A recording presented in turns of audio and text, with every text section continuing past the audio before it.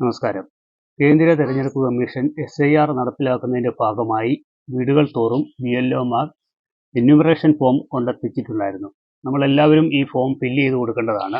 ഇതെങ്ങനെയാണ് ഫില്ല് ചെയ്യേണ്ടത് എന്നുള്ള ഒരു വീഡിയോ ഞാൻ കഴിഞ്ഞ ദിവസം ചെയ്തിട്ടുണ്ടായിരുന്നു. അതിനകത്ത് നിരവധി ആൾക്കാർ ഒത്തിരി സംശയങ്ങൾ ചോദിച്ചിട്ടുണ്ടായിരുന്നു. അവർക്ക് കൂടി വേണ്ടിയാണ് ഈ വീഡിയോ. നമുക്ക് ഇതെങ്ങനെയാണ് ഫില്ല് ചെയ്യുന്നത്, ഇതിൻ്റെ അകത്ത് 2002 വിവരങ്ങൾ എവിടെ നിന്നാണ് നമ്മൾ ശേഖരിക്കുന്നത് തുടങ്ങിയ കാര്യങ്ങളെല്ലാം ഈ വീഡിയോയിൽ ഉൾപ്പെടുത്തിയിട്ടുണ്ട്. അപ്പോൾ നമുക്ക് ഇതെങ്ങനെയാണ് ഫില്ല് ചെയ്യുന്നതെന്ന് നോക്കിയിട്ട് വരാം.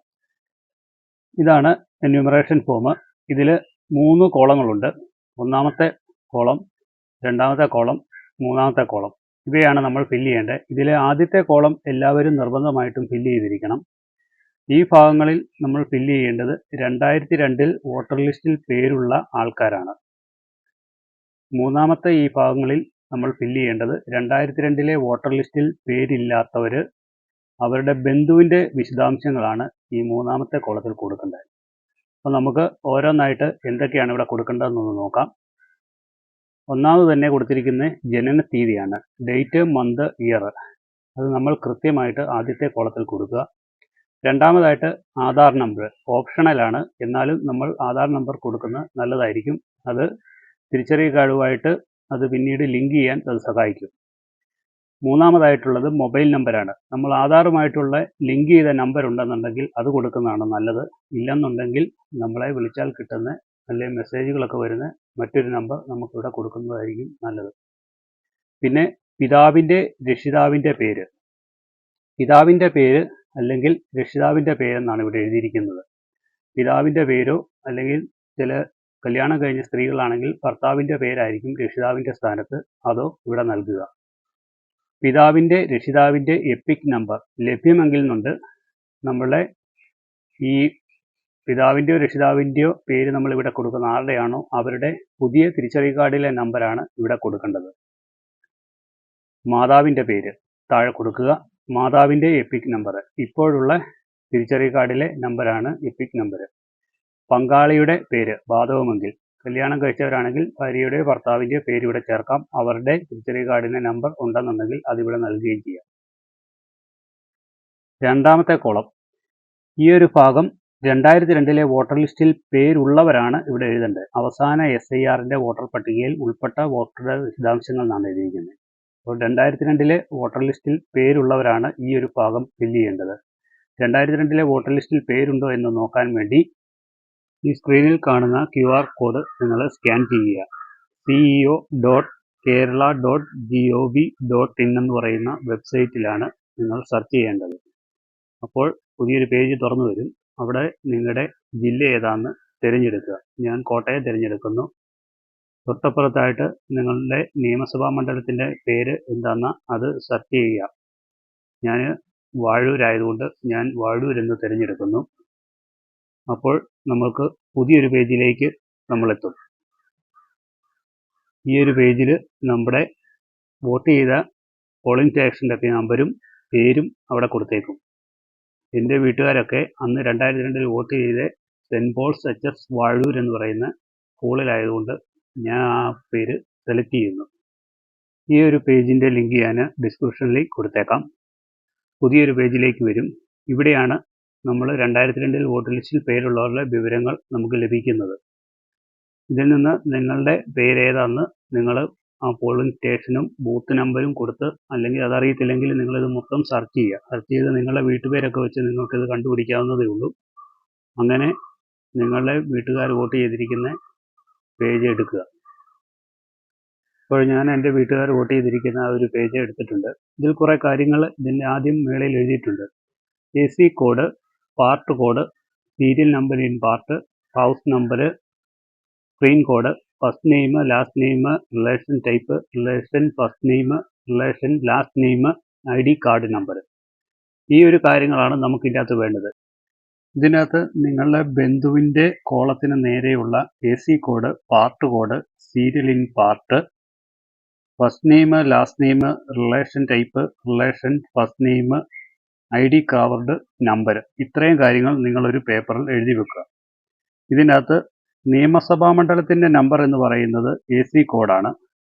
ഭാഗം നമ്പർ എന്ന് പറയുന്നത് പാർട്ട് കോഡാണ്.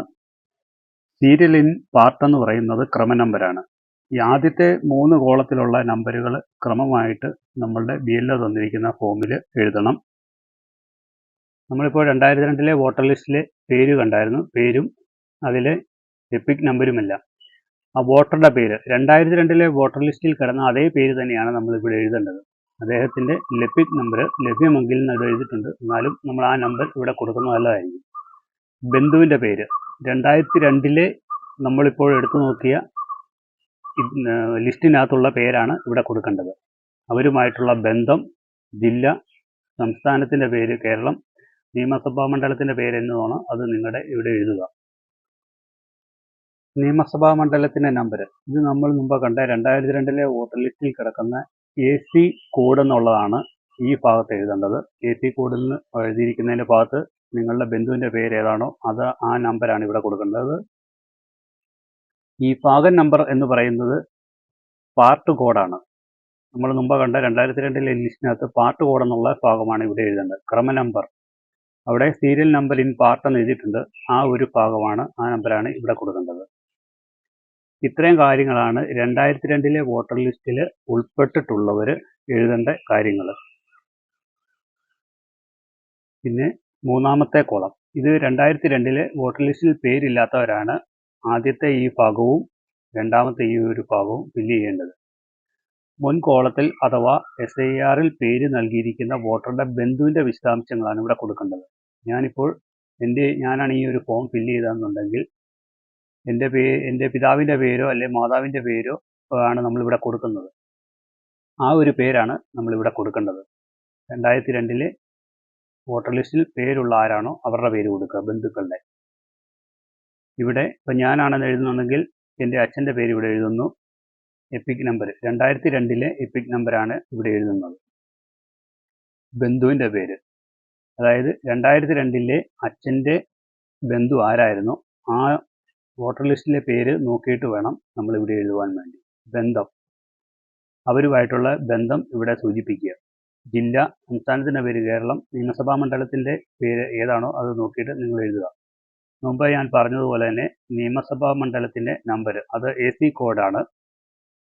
ഭാഗം നമ്പർ എന്ന് പറയുന്നത് പാർട്ട് കോഡാണ്.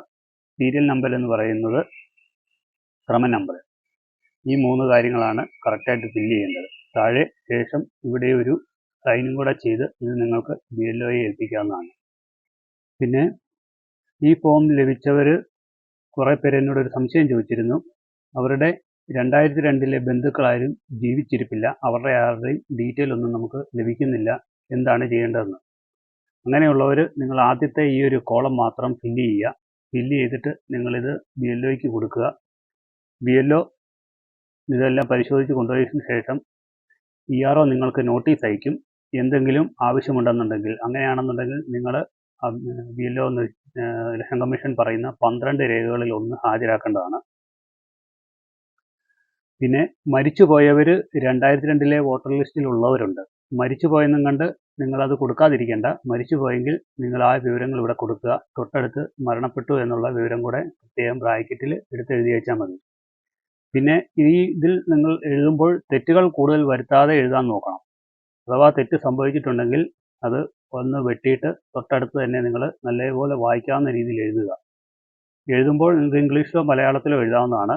എഴുതുമ്പോൾ വായിക്കാൻ നല്ലപോലെ പറ്റുന്ന രീതിയിൽ എഴുതുക എന്നുള്ളതേ ഉള്ളൂ. അപ്പോൾ ഇത്രയും കാര്യങ്ങളേ ഉള്ളൂ ഈ ഒരു ഫോമിൽ നിങ്ങൾ ചെയ്യേണ്ടത്. ഈ ഒരു ഫോം നിങ്ങൾ പൂരിപ്പിച്ച് നൽകി കഴിയുമ്പോൾ എന്തെങ്കിലും പ്രശ്നമില്ലാത്തുണ്ടെന്നുണ്ടെങ്കിൽ BLO നിങ്ങളെ നോട്ടീസ് എഴുതി അയക്കുന്നതായിരിക്കും. അന്നപ്പോൾ ഈ പറഞ്ഞ 12 രേഖകളിൽ ഏതെങ്കിലും ഒന്ന് ഹാജരാക്കിയാൽ മതി. ഈ 12 രേഖകൾ ഏതൊക്കെയാണെന്നുള്ളത് ഞാൻ അടുത്തൊരു വീഡിയോയിൽ ചെയ്യുന്നതായിരിക്കും. പിന്നെ എന്തെങ്കിലും ഒരു സംശയമോ കാര്യങ്ങളോ നിങ്ങൾക്കുണ്ടെന്നുണ്ടെങ്കിൽ കമൻറ്റായി എഴുതി അറിയിക്കാവുന്നതാണ്. അപ്പോൾ ബൈ.